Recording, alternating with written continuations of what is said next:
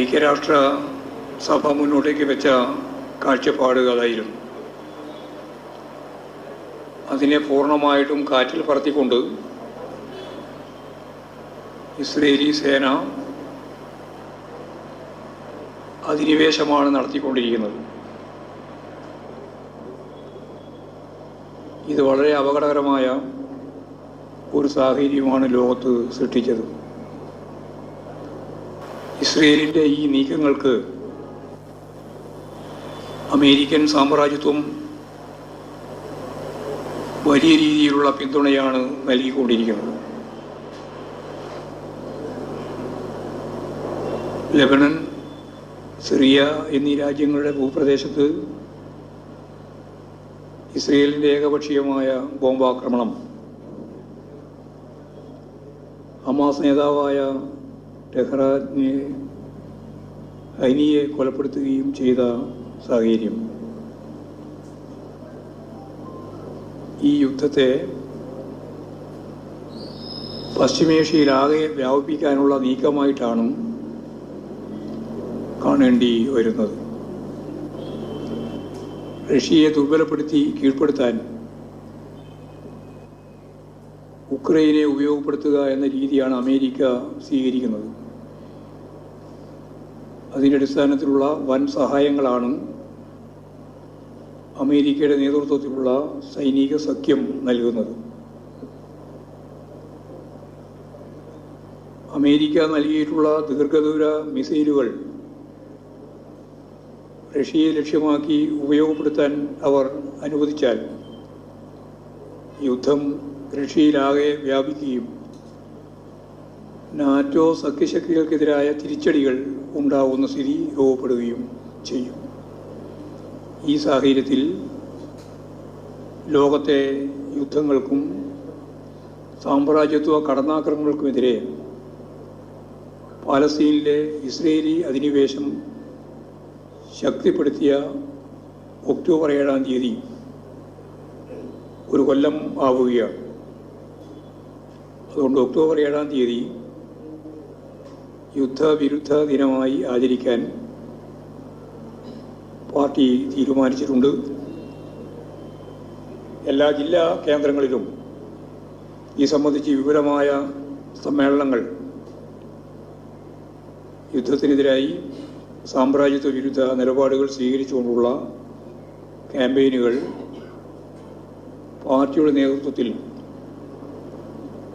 ഇടതുപക്ഷ വിഭാഗങ്ങളുമായി ചേർന്ന് നടത്താനാവണം എന്നാണ് ഇപ്പോൾ തീരുമാനിച്ചത്.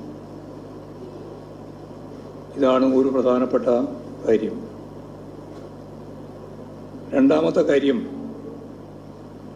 രാജ്യത്തിൻ്റെ ഫെഡറലിസം തകർക്കുന്ന വിധം ഒരു രാജ്യം ഒരു തിരഞ്ഞെടുപ്പ് എന്ന കാഴ്ചപ്പാട്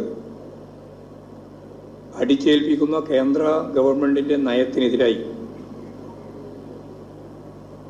ഇതെല്ലാം യഥാർത്ഥത്തിൽ നരേന്ദ്രമോദി ഗവൺമെൻറ് അവരുടെ പ്രധാന അജണ്ടയോടൊപ്പം ചേർത്തുകൊണ്ടാണ് കൈകാര്യം ചെയ്യുന്നത്. ഇതിനെതിരായി അതിശക്തിയായിട്ടുള്ള ക്യാമ്പയിൻ നമുക്ക് സംഘടിപ്പിക്കാൻ ആവണം. അന്താരാഷ്ട്ര മാർക്കറ്റിൽ വിലക്കുറവ് തുടർച്ചയായി ഉണ്ടായിക്കൊണ്ടിരിക്കുകയാണ് പെട്രോൾ, ഡീസൽ എന്നിവക്ക്. എന്നാൽ ചില്ലറ വിൽപ്പനയിൽ വിലയിലൊരു മാറ്റവും ഉണ്ടാക്കുന്നില്ല എന്നുള്ളതാണ് സത്യം. മറ്റൊരു പ്രധാനപ്പെട്ട പ്രശ്നം തൊഴിലില്ലായ്മ അതിഭീകരമായ രീതിയിൽ രാജ്യത്ത് വർദ്ധിച്ചു വരികയാണ്. സ്വകാര്യവൽക്കരണ നയങ്ങളും ഇതിനോടൊപ്പം തന്നെ ശക്തിപ്പെടുകയാണ്. ഇതിനെതിരായി ജനങ്ങളെ അണിനിരത്താനുള്ള ക്യാമ്പയിനും സംഘടിപ്പിക്കണം. സ്ത്രീകൾക്കെതിരായ കുറ്റകൃത്യങ്ങൾ, പെൺകുട്ടികൾക്കെതിരായ ലൈംഗിക അതിക്രമങ്ങളും രാജ്യത്താകമാനം വ്യാപകമാകുകയാണ്. ഇതും ശക്തിയായി പ്രതിരോധിക്കേണ്ടുന്ന കാര്യമാണ്. ഇത്തരത്തിലുള്ള കേന്ദ്ര മുദ്രാവാക്യങ്ങളും